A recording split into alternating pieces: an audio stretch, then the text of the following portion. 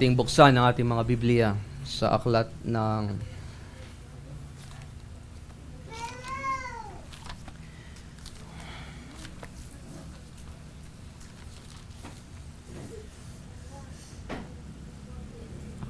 Habakuk chapter 3.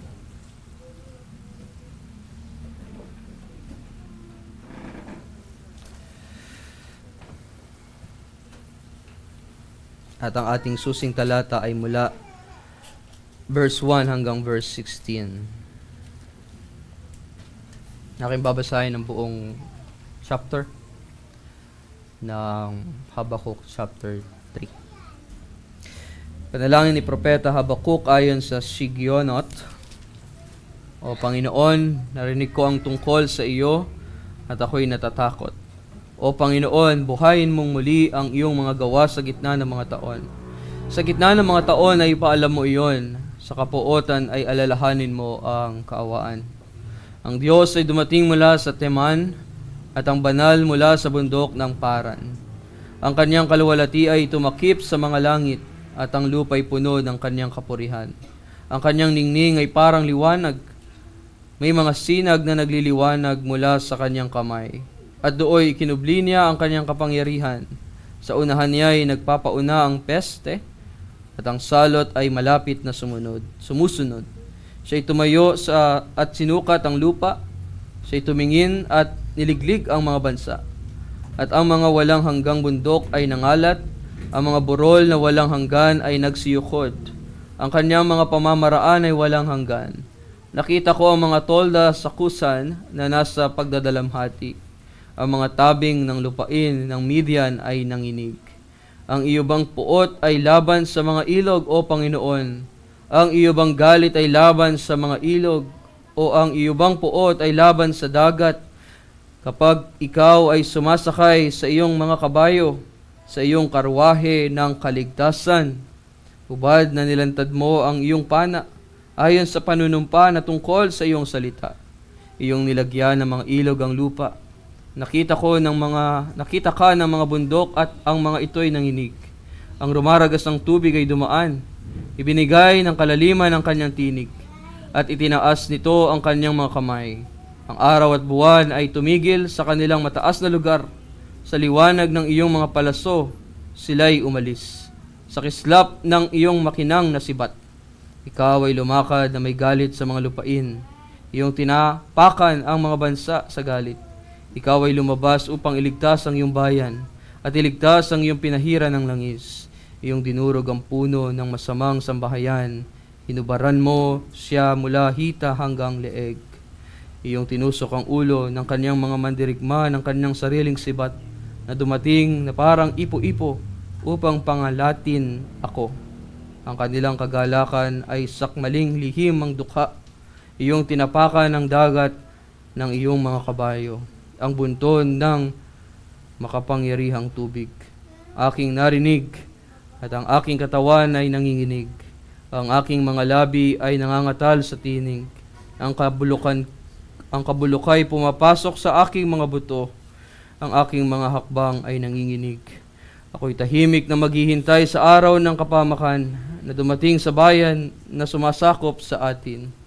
Pagamat ang puno ng igos ay hindi namumulaklak, ni magkakaroon man ng bunga sa mga puno ng ubas. Ang olibo ay hindi magbubunga, at ang mga bukid ay hindi magbibigay ng pagkain. Ang kawan ay aalisin sa kulungan, at hindi na magkakaroon ng bakahan sa mga silungan. Gayunmay magagalak ako sa Panginoon.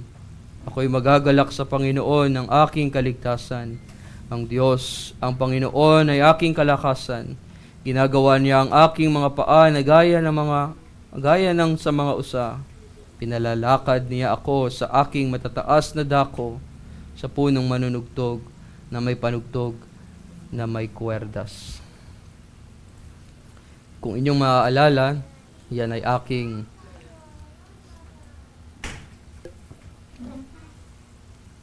na-sermon ng mga nakaraan, partikular dito sa chapter 3. At ang ating ginawang susing talata ay nasa verse 17 hanggang verse 19. Ngayon naman, ang ating susing talata na tatalakayin ay nasa unang verse hanggang 16. Mga minamahal na kapatid sa Panginoong Hesukristo, napakahalagang bagay na inaalala natin kung sino ang Diyos at kung ano ang ginagawa niya. Minsan, nakakalungkot, nakakalimot tayo, kaya lalo tuloy tayong nawawalan ng pag-asa. Kaya lalo tuloy tayong nadidepress sa mga panahon ng problema, sa mga panahon ng pagsubok, sa mga panahon ng pagdurusa o paghihirap. Napakahalaga nun. Palagi nating alalahanin kung sino ang Diyos at kung ano ang kanyang ginawa. Dito sa aklat ng Habakuk, natutunan natin na ang lahat ng mga pagdaing nitong si Propeta Habakuk ay hindi lang basta nagtapos roon, kundi yung kanyang lament o yung kanyang pagdaing o pagrereklamo ay nagtapos sa pag-asa niya sa Diyos. Nagtapos sa pagtitiwala niya sa Diyos. Marami tayong hinaing. Marami tayong mga nababanggit. Ngunit, huwag nating tapusin lang doon. Kundi banggitin natin sa Panginoon na umaasa at nagtitiwala ako sa iyo. Na tayo'y matiyagang naghihintay sa sagot ng Diyos. At tayo'y nagpapatuloy na pinanghahawakan ang marami niyang pangako sa ating buhay. Maraming pangako na inilaan ang ating makapangyarihang Diyos sa kanyang mga hinirang. Kung babalikan natin ang lahat ng pangyayari sa chapter 1, verse 1, doon ay pinapaalala na ito ay ang salita ng Diyos. Sa verses 2 hanggang verses 4, sa verses 2 hanggang 4, makikita naman natin ang unang panalangin ng pagdaing o pagrereklamo ni Habakuk. Sa verses 5 hanggang verse 11, naroon naman ang sagot ng Diyos. Sa verses 12 hanggang 17, nariyan naman ang reklamo uli ni Habakuk. At pagdating naman sa chapter 2, verse 1, nariyan ang pahayag ni Habakuk na maghihintay siya sa kasagutan ng Diyos. At sa chapter 2, verses 2 hanggang verses 20, mababasa naman natin diyan o makikita ang sagot muli ng ating Diyos. At kung ating babalikan ang huling talata sa chapter 2, kung kayo nasa inyong mga Biblia, ang huling talata sa chapter 2, ang sabi roon, ngunit ang Panginoon ay nasa kanyang templong banal. Tumahimik ang buong lupa sa harapan niya. Na kapag sinabi nating tumahimik, mga kapatid, hindi nito ibig sabihin na hindi ka na magsasalita. Na hindi ka na sasagot sa Panginoon o wala ka nang gagawin o wala ka na talagang gagawin na anuman. Dahil maaari ka namang maging tahimik lang, ngunit hindi ka responsive sa kalooban ng Diyos sa iyo. Pero rito sa chapter 3, pasok tayo sa chapter 3, makikita natin rito na tumugon si Propeta Habakuk. Ang tugon niya ay ano? Siya ay nanalangin sa Panginoon. Nanalangin siya ng pagbibigay kaluwalhatian sa Diyos. Na siya'y humihiling na kaawaan siya, kaawaan sila ng Panginoon. At rito'y inaalala ni Habakuk kung ano ang ginawa ng Diyos para sa kanyang bayan. Kaya nasabi nating napakahalaga. Kapag dumarating tayo sa mga pagsubok, dumarating tayo sa mga kapigatian, o tila tayo'y nawawalan ng pag-asa, ulitin ko lang, kapag tayo nadidepress, alalahanin natin ang Diyos, kung sino ang Diyos, kung ano ang mga ginawa niya. Kaya sa tema natin, ang panalangin ni Habakuk, yan ang ating theme. Diyan ay makikita natin sa ating pag-aaral ang 3 punto. Una, ang panalangin niya na buhayin muli ni Jehovah ang kanyang mga gawa. Pangalawa, na sa kanyang panalangin, kanyang inihayag ang kaluwalhatian ni Jehovah. At pangatlo, panalangin niya na pagkalooban siya ng panatag na kalooban ni Jehovah. Si Yahweh, ang ating Panginoon. At tingnan natin ang unang punto. Buhayin muli ni Jehovah ang kanyang mga gawa. Rito'y narinig ni Habakuk ang tungkol sa Panginoon. At iyon ay ang kapangyarihan at ang kabanalan ni Jehovah. Sabi niya sa kanyang panalangin, tingnan natin sa ating text, Habakuk chapter 3.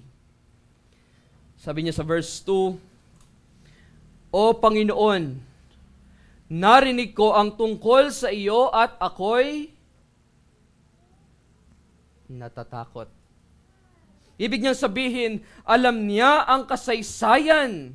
Alam niya ang patungkol kay Jehovah. Alam niya kung paano iniligtas ng Panginoon ang kanyang bayan. Ang kanyang bayan, Israel. Na kung paanong iniligtas ng Diyos ang kanyang bayan mula sa pagkaalipin sa Ehipto. Na kung paanong iniligtas ng Diyos ang kanyang bayan patungo saan? Sa lupang pangako. Mulit-muli, ang Diyos ay gumagawa para sa kapakanan ng kanyang mga hinirang, ng kanyang mga pinili. Sabi niya, O Panginoon, narinig ko ang tungkol sa iyo at ako'y natatakot. O Panginoon, buhayin mong muli ang iyong mga gawa sa gitna ng mga taon. Sa gitna ng mga taon ay ipaalam mo iyon. Sa kapuotan ay alalahanin mo ang iyong kaawaan. Sinasabi rito ni Habakuk parang ganito, O Panginoon, ipakilala mong muli kung sino ka. Ipakita mong muli ang iyong mga gawa sa gitna ng mga taon. Gawin mong muli ang mga ginawa mo noon. Masasabi natin rito'y mayroong pinagdaraanan si Habakuk, kaya niya ito nabigkas. Kaya niya ito nasabi o nabanggit. Kaya niya napahayag ang ganitong klase ng panalangin. Meron siyang pinagdaraanan. At ito'y mula sa lahat ng kanyang kabigatan sa buhay. At nung baggitin ni Habakuk ang panalangin ito, sabi niya, ano sabi niya? Ako'y natatakot. Ibig nitong sabihin, namamangha siya sa kabanalan ng Diyos, namamangha siya sa kadakilaan ng Diyos, namamangha siya sa kapangyarihan ng Diyos na may lalang ng langit at ng lupa. Tunay na kahanga-hanga, tunay na kamangha-mangha ang kadakilaan ni Jehovah. Mga kapatid, ang Diyos, gagawin niya kung anong gusto niya. Ang Diyos, gagawin niya kung anong ibig niya. Dahil siya'y soberanong Diyos.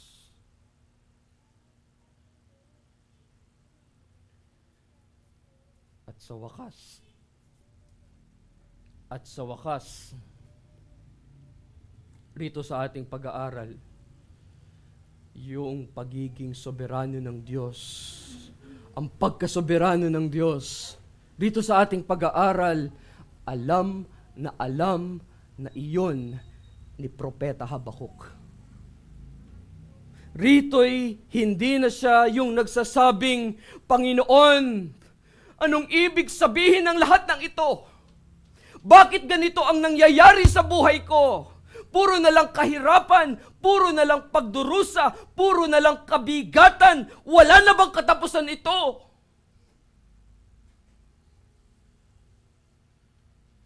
Rito ay hindi na siya nagdududa sa chapter 3. Kundi hinayaan na niya ang Diyos na may hawak o may kontrol ng lahat ng bagay.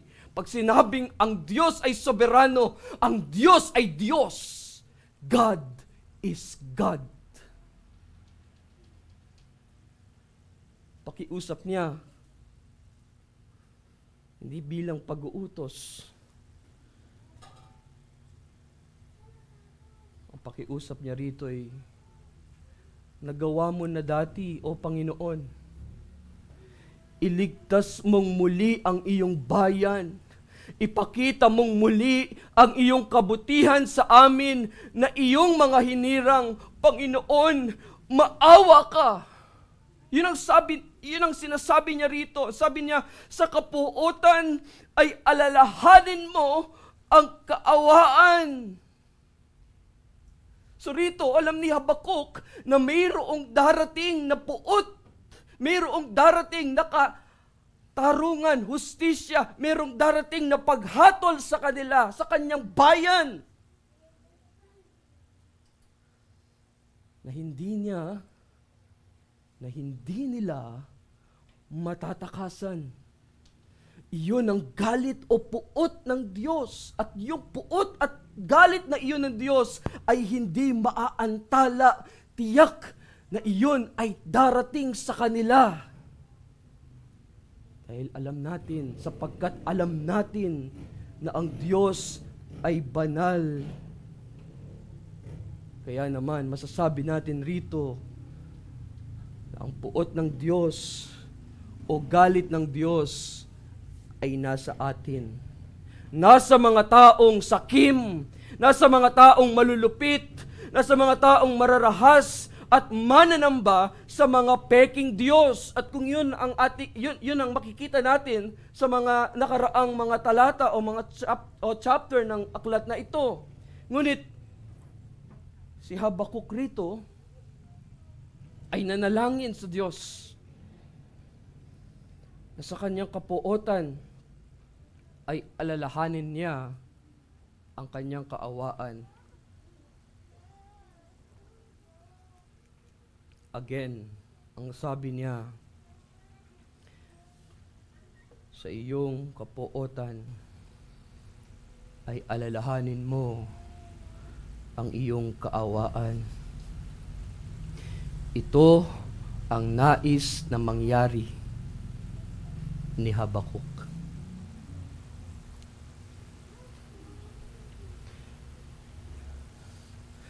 Nais na mangyari ni Habakuk ay ang buhaying muli ni Jehovah ang kanyang mga gawa.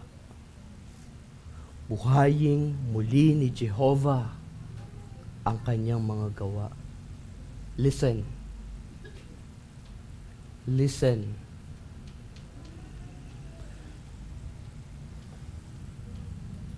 Yan ang kanyang panalangin. Buhaying muli ni Jehovah ang kanyang mga gawa. At nangyari iyon. At nangyari nga iyon. Na ang katarungan at ang kaawaan ng Panginoon ay nakita sa krus ng Kalbaryo. Nakita sa ating Panginoong Hesukristo. Darating ang puot ng Diyos sa ating lahat. At hindi ito mawawala dahil sa sinusunod mo ang mga kautusan. Na hindi ito mawawala dahil sa nag-sinner's prayer ka. O dahil sumunod ka sa isang panalangin ng pagtanggap. Hindi ito mawawala dahil sa sinasabi mong kumpara naman kay ganito. Kumpara naman kay kapatid na ganito ay mas mabuti akong tao. Hindi ito mawawala dahil sa sinasabi mong nananampalataya naman ako sa Diyos. Ang tanong sino yung Diyos na sinasabi mo? Baka yan ay Diyos na nilikha mo sa iyong sariling kaisipan. Mga kapatid, ang galit ng Diyos ay mawawala lamang, makikita lamang, o matatagpuan lamang kay Kristo. Sapagkat siya ang umako ng kahatulan at puot ng Diyos na dapat ay sana sa atin dahil kay Kristo na napako doon sa krus ng Kalbaryo. Kaya natanggap natin, church, natanggap natin ang kaawaan ng Diyos. Ang krus ni Kristo. Masasabi natin rito sa ating pag-aaral, ang krus ni Kristo, ang kasagutan sa panalangin ni Propeta Habakuk. Hindi bilang nag-uutos, kundi again, nakikiusap. Sabi niya, Panginoon, sa kapuotan ay alalahanin mo ang kaawaan. At alam niyo anong sagot ng Diyos? Oo. Gagawin ko. Ganyan katapat ang Diyos. Dahil siya ang Diyos ng tipan. Pangalawa, kanyang inihayag ang kaluwalhatian ni Jehovah. Ngayon, kung ating tingnan kung ano ang ginawa ng Diyos na pagliligtas sa kanyang bayan sa kasaysayan. Tingnan ulit natin sa ating text, Habakuk chapter 3. Sa verse 3, ang sabi roon, ang Diyos ay dumating mula sa Teman, at ang banal mula sa bundok ng Paran. Inilalarawan rito na ang Diyos ay mula sa timog silangan. Ito'y upang iligtas ang kanyang bayan mula sa pagkaalipin sa Ehipto. Siya'y mula sa pagsikat ng araw na matapat na dumarating tuwing umaga. At yung salitang iyon ay iyon ay pamilyar na mga salita sa atin. At iyon ay ang mga saysay ni Propeta Jeremiah, di ba? Sinabi niya na sariwa ang mga iyon tuwing umaga. Tapos pahayag ni Habakuk, again sa verse 3, sabi, ang kanyang kaluwalhati ay tumakip sa mga langit, at ang lupa'y puno ng kanyang kapurihan. So ang langit ay inihahayag ang kanyang kaluwalhatian.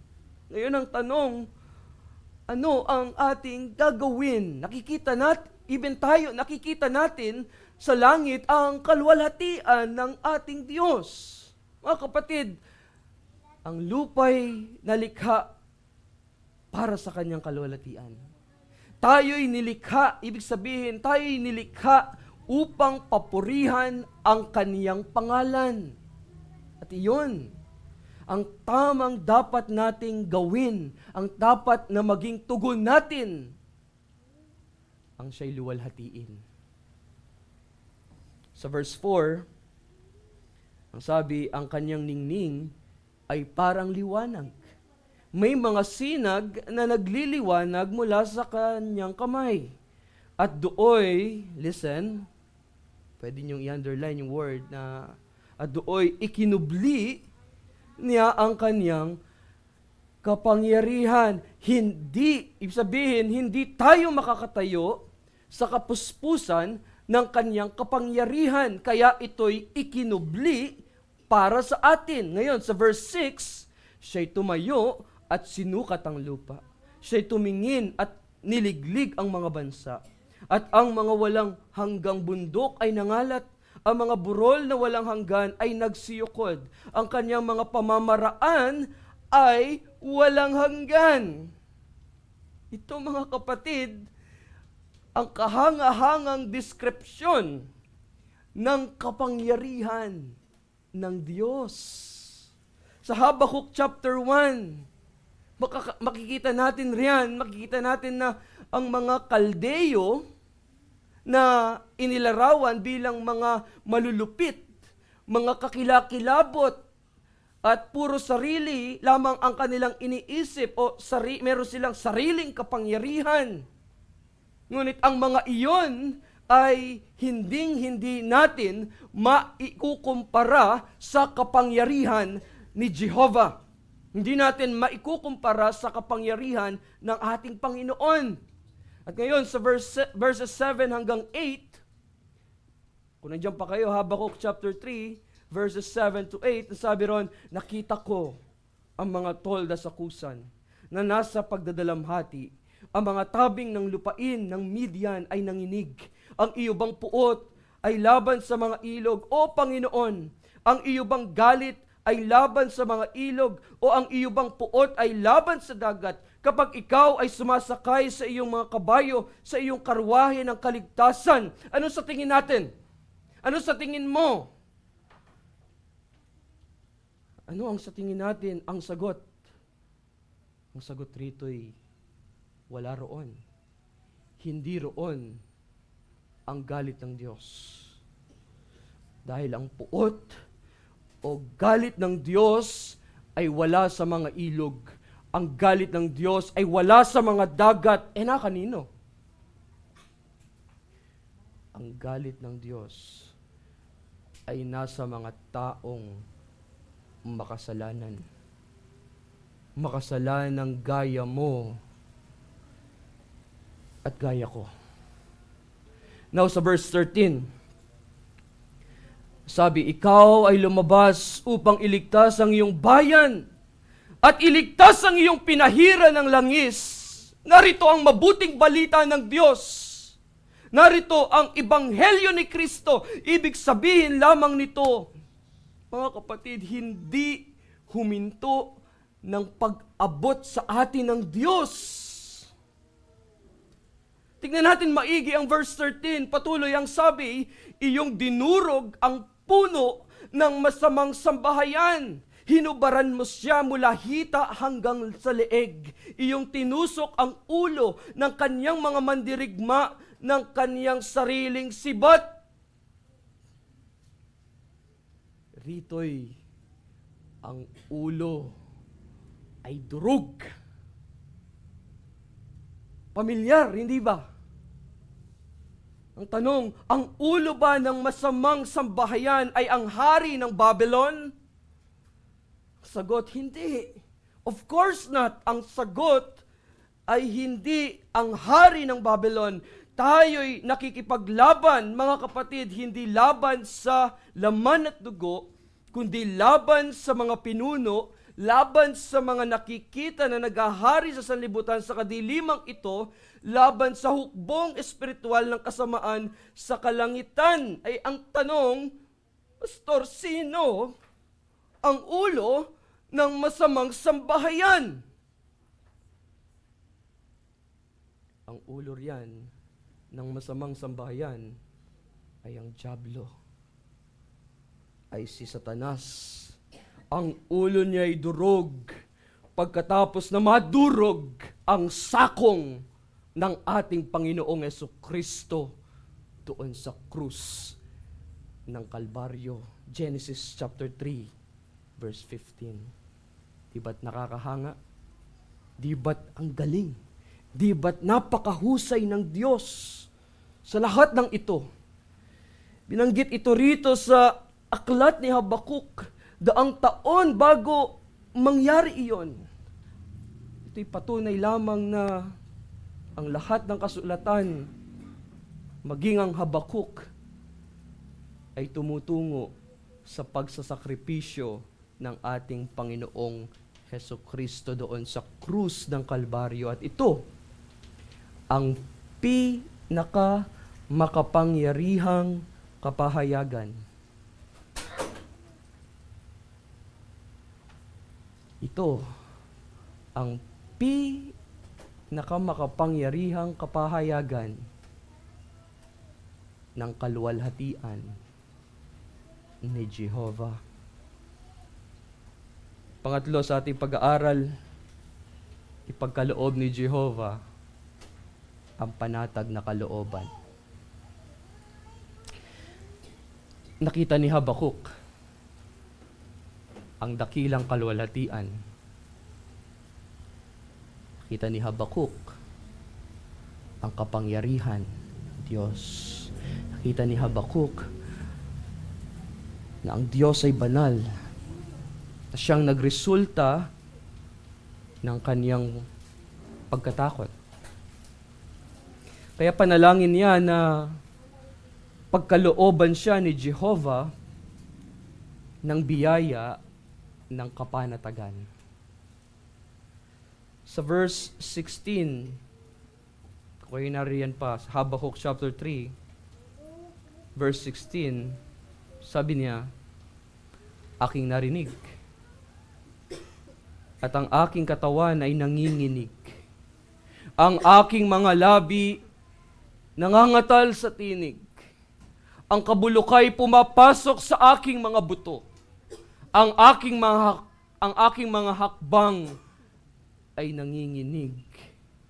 Sabi natin dito na hindi pa pala tapos si Habakuk. Hindi pa pala siya tapos rito. Dahil ang talatang itong verse 16 ay konektado pala sa verse 2. Na kaya niya nasabi ito ay dahil sa narinig niya patungkol sa Panginoon, patungkol sa mga gawa ng Panginoon, at dooy naramdaman niya ang puot at ang kapangyarihan ng Diyos na ipinapakita lamang dito ni Habakuk.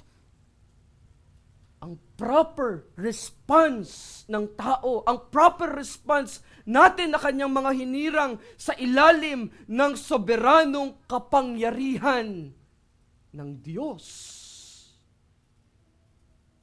Iyan. Marinig mo ang patungkol sa Diyos, parang si Isaiah.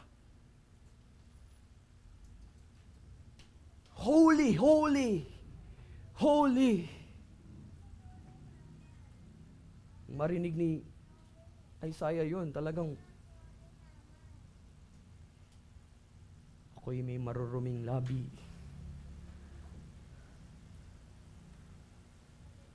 Ako'y makasalanan. Ang Diyos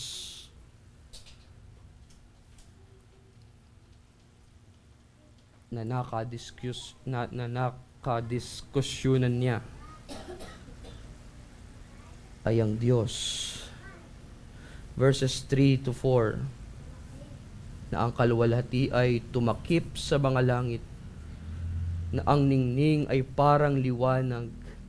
May mga sinag na nagliliwanag mula sa kanyang kamay at dooy ikinubli niya ang kanyang kapangyarihan. Sabi natin rito na, oo,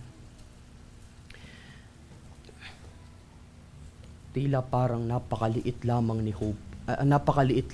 Habakuk. Parang si Job. Maliit lang din gaya ni Job. Tayo rin.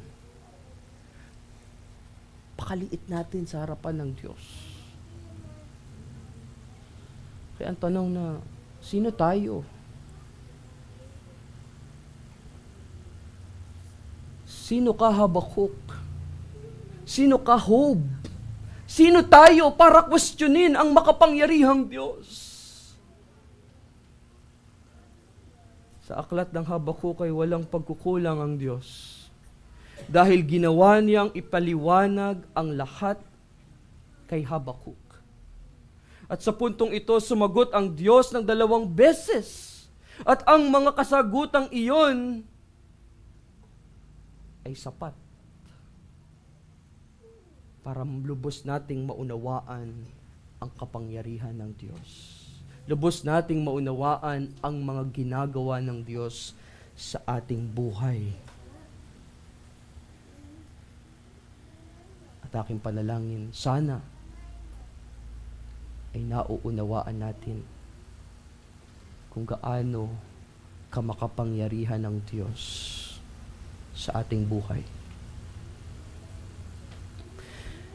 Muli sa verse 16, patuloy sabi ron, kabulukay pumapasok sa aking mga buto.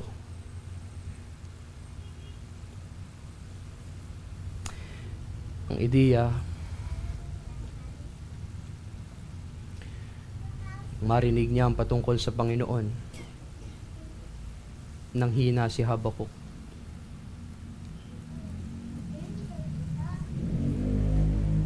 Nang hina siya.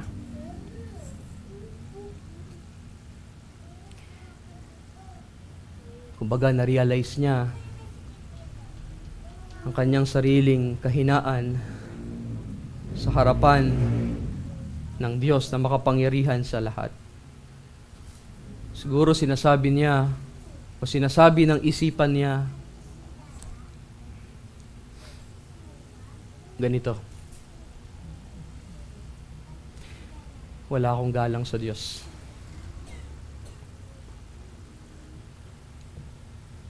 Wala akong respeto sa Diyos.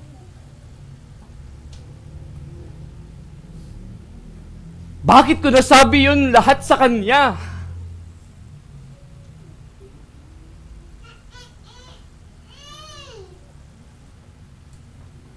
Di ba? Minsan ganun tayo makipag-usap sa Diyos. Kala natin mas magaling tayo sa Diyos.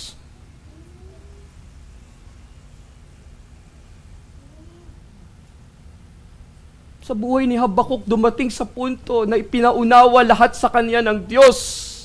Kung gaano siya makapangyarihan.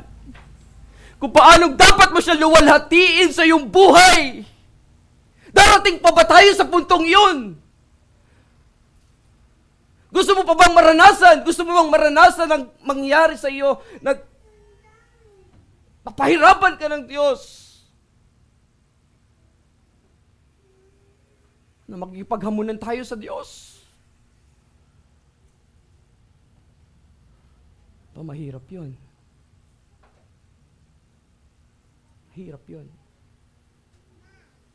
Pero sa kanyang providensya, pinayagan iyon ng Diyos. Sinasabi niya, kaya siya, ang kabulok ay pumapasok sa aking mga buto. Hiyang-hiya siya.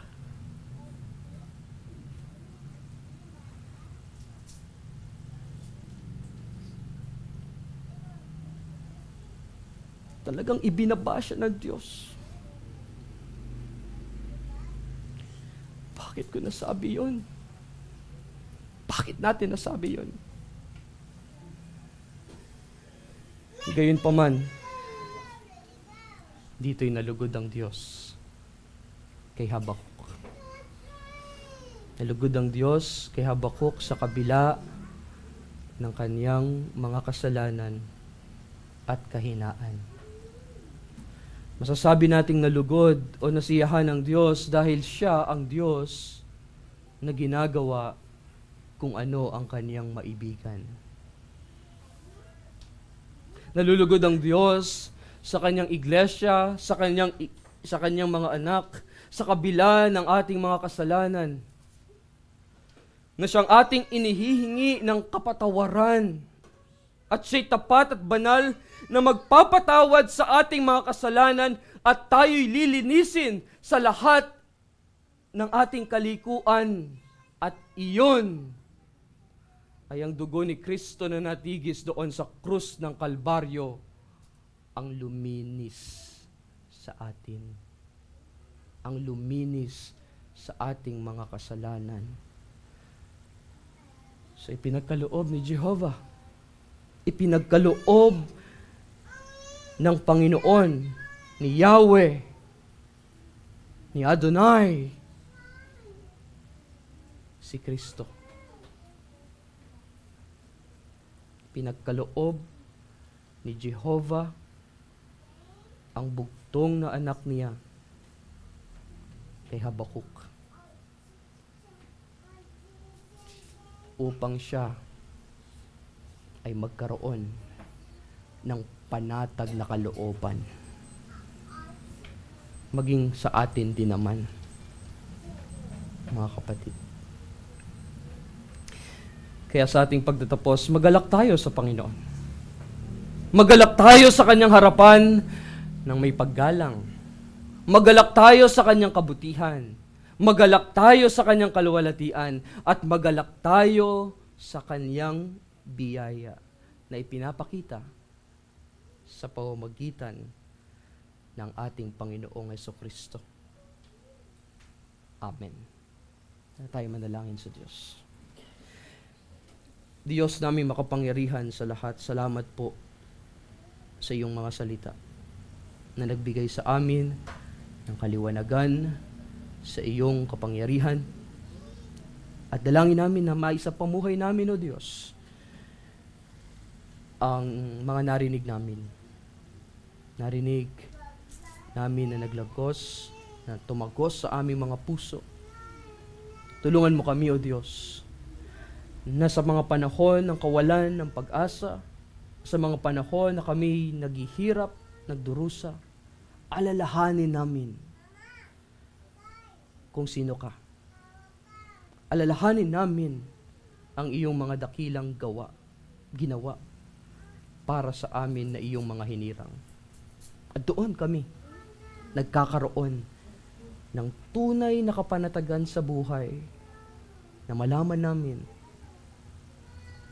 na ang lahat ng ito ay nauuwi o tumutungong lahat sa aming tagapamagitan na si Jesucristo.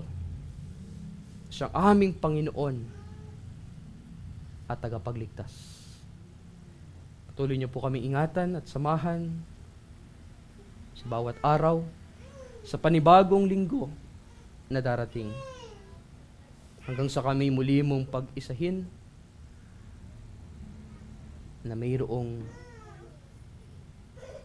puso na punong-puno ng pagpapasalamat sa iyo. Ito po ang aming panalangin sa pangalan ni Jesus. Amen.